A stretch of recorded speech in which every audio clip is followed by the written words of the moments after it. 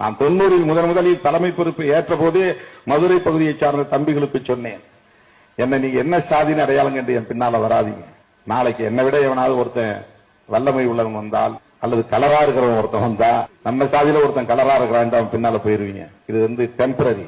நான் பேசுகிற அரசியலில் உனக்கு உடன்பாடு இருந்தால் என் பின்னால் வாருங்க. நான் பேசுகிற அரசியல் சாதி ஒழிப்பு அரசியல், புரட்சியாளர் அம்பேத்கருடைய அரசியல். அம்பேத்கருக்கு முன்னால், அவருக்கு முன்னால் பல நூறு ஆண்டுகள், பல ஆயிரம் ஆண்டுகளுக்கு முன்னால் புத்தர் பேசிய அரசியல், கௌதம புத்தர் பேசிய அரசியல். திரிபுவாதங்களால் இங்கே புராணங்கள் எல்லாம் வரலாறாக சித்தரிக்கப்படுகின்றன.